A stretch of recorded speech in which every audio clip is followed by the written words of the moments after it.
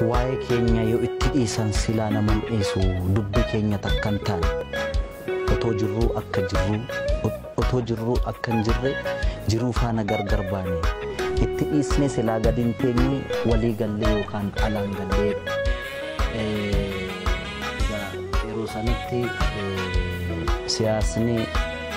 saba keenya akkaataa irra jiru sana itti ibsuu yaale.